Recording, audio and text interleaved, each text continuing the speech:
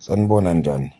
Onke ama-foreigners ngizovula ama-group ahlukahlukene ngoba nibaningi kakhulu. Engifuna ukusho ukuthi uma uyiphoyisa walenza iphutha ukuthi ubophe i-foreigner enemali. Ngoba i-foreigner, umuntu oyi-foreigner noma umuntu ongasiwa la eMzansi unama-rights. Ungalenzi iphutha ubophe umuntu oyi-foreigner, oshaya umuntu oyi-foreigner kanti u-under i-organization yami. So ngithi ama-foreigner angabantu kuphela, kumele yonke into eyenze ngomthetho. But bala bazozama impilo kunzima. Nakwabanye abakhona la eMzansi bakhala ngama-foreigner bathi kunzima, izinto zabo ay'hlangane ngenxa yokuthi labantu. Hlanganisani-ke, abekho njengamanje ey'tradini, qhubekani nihlanganise, kodwa ama-rights ayabavumela ukuthi bebe la, iningi labo. Uma wazi ngama-rights ungavele ukhulume nje noma uvele ulalela abo-minister bedlala ngani. Babalekela la macala a-serious, la macala aziwayo. Babalekela la macala kukhokhelwana imali kuwo, abadla imali. So ungadlali ominister, hamba ufunda ama-rights ukuthi ama-rights akho wena athini. Ama-rights e-foreign athini mase uyakhuluma.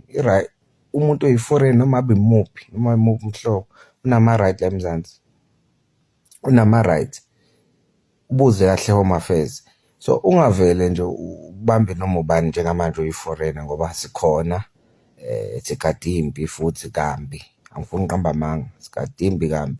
So ugade-ke uma u-SAPS ungabe ukuthi uyaphapha noma ubukisa nge-foreign enemali.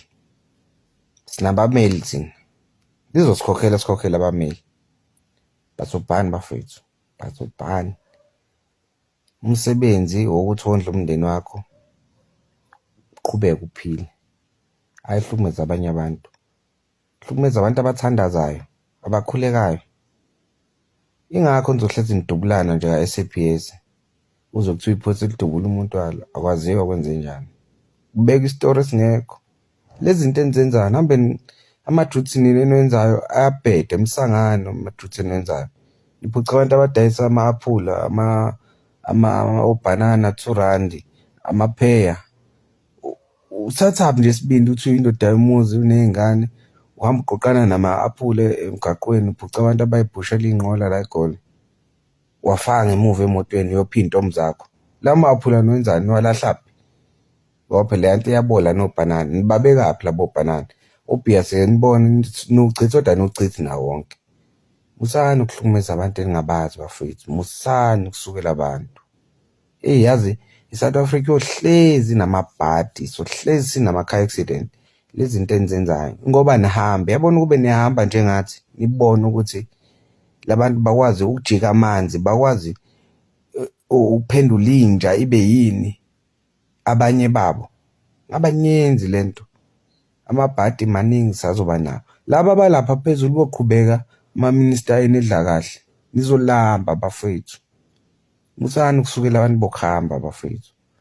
Even nalezi inyanga eniy'thembile lezi ey'khona, ey'ningi zazo zithwele akusizo iy'nyanga, inyanga mbumbulu. Zithwale ngale ngaphandle. Ube niyahamba bafethu, ngabe niyabahlonipha labantu. Ngabe niyabahlonipha. Abanye babo bala ngoba bafuna ukwenza ukuphila impilo yasemakhaya. Abanye bangamakholwa, abanye bayithanda i-religion yabo. That's why abanye bela bekhetha ukuzoyiphantela la. And labantu bayasiza bafethu. Kodwa nje bengixwayisa-ke kumaphoyisa ngoba amaphoyisa amaningi awawazi nawo ama-rights awo futhi nawo umsebenzi noma neduty osukunikezwa wona. Lingakushoneli ilanga, likhanya liphumile ekuseni, lingakushoneli ilanga. Ngokuthi usukele umuntu o-wrong, o-under okhanyile, or usukele umuntu onemali o-under okhanyile. Ngiyokubonisa ikheli mfana. Ngiyokubonisa ikheli ngenkantolo ngiqede ngisuke lapho ngifaka udokotela leli client lami. Ngiyokubonisa umsuni kamamakho. Ngakutshela. Musani ukusukela ama-foreigner noma abe liphi noma abe ubani umshangane. Ezinye iy'thunzi leziyana. Mhla nahamba naye ukuhlalela ukukhuluma nje nokulalela abantu abaphezulu kwenu. Mina ngiphethe mina la. Angiphethe, ngiphethe mina la. Futhi ngiyafisa ukwenza ngoyedwa isibonelo. Oyoke nje ethinta i-foreigner. Ngisho emgaqweni ngoba umsebenzi wami usukhona nasemgaqweni. umsemgaqweni nenkinga yangithinta under i-profile yami organization yami uyi-foreigner, ngizokusiza noma ngabe iyiphi into obhekana nayo, noma ngabe bakwenzani, noma bakuthathele iy'moto nini kuphi zithathwa ubani. Ungithi mina uma ufuna ukusizakala ngicela ngingene ema-group-ini bafethu. Ngiyabona ama-group ngizowahlukanisa maningi kakhulu, so ngizohlukanisa iZimbabwe izoba yodwa, kuzoba nezoba mixed. Ngizobona nje ngizohlukanisa, kodwa nje maningi ngenzela ukuthi kube ukuthi siyakhona ukuthi siphenduleke ngesikhathi sisizakale sonke ngesikhathi, ngoba kumele ngini-register under i-organization nonke. So ngiyabona nibaningi kakhulu, so yeah, ngicela bafethu ni-WhatsApp inamba na 068 373 3227 068 373 3227. Ngiyanicela-ke bafethu, onke ama-foreigner wangathaphe ningene egruphini bafethu, nibeke enikubekayo, ningahambi bafethu nishiye izinto eMzansi. Kuyaphilwa, ninama-rights, and futhi umuntu ozazi kahle yena oyi-foreigner uyawazi ama-rights akhe, yabona.